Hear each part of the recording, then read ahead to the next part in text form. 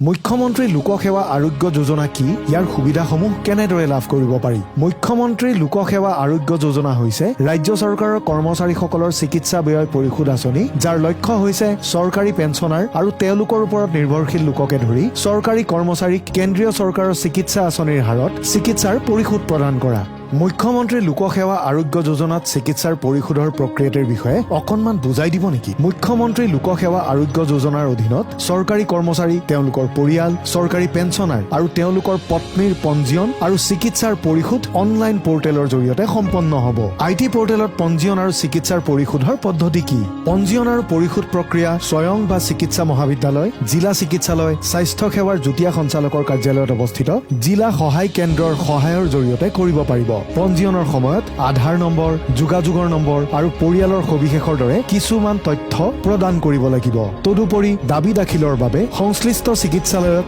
চিকিৎসা সম্পৰ্কীয় বেংকৰ তথ্য আৰু নথিপত্ৰ জমা দিব লাগিব পঞ্জীয়নৰ বৈধকৰণ প্ৰক্ৰিয়া আৰু পৰিশোধৰ দাবী ক্লিয়াৰ কৰাৰ প্ৰক্ৰিয়া কি আইটি পৰ্টেলত পঞ্জীয়নৰ বৈধতা সংশ্লিষ্ট বিষয়ে প্ৰদান কৰিব পৰিশোধৰ দাবীসমূহ অটল অমৃত অভিযান ছ'চাইটিৰ ৰূপায়ণ সহায়ক সংস্থা প্ৰকল্প ব্যৱস্থাপনা ইউনিটৰ পৰা অনুমোদন প্ৰদানৰ লগতে অটল অমৃত অভিযান ছ'চাইটিৰ অধীনৰ সংশ্লিষ্ট বৰ্ডৰ পৰা চূড়ান্ত অনুমোদন দিয়া হ'ব আবেদন দাখিলৰ কিমান দিনৰ ভিতৰত এই আঁচনিৰ সুবিধাসমূহ লাভ কৰা হ'ব আবেদন দাখিলৰ 90 দিনৰ ভিতৰত এই প্ৰক্ৰিয়াৰ সুবিধা লাভ কৰাৰ লগতে বিশেষ পৰিস্থিতিত 45 দিনলৈ হ্ৰাস হ'ব অধিক ব্যয়বহুল চিকিৎসাৰ ক্ষেত্ৰত আগতীয়াকৈ সকাহ প্ৰদানৰ কিবা ব্যৱস্থা থাকিবনে উপলব্ধ সংশ্লিষ্ট চিকিৎসালয়লৈ কেন্দ্ৰীয় চৰকাৰৰ স্বাস্থ্য আঁচনিৰ অধীনত সৰ্বাধিক 75% পৰ্যন্ত আগধন প্ৰদান কৰা হ'ব অপিডি সেৱাক আঁচনিৰ অধীনত সামৰি লোৱা হ'বনে অস্ত্ৰোপচাৰ সম্পন্ন হোৱাৰ পৰৱৰ্তী সময়ৰ চিকিৎসাৰ খৰচ সামৰি লোৱা হ'ব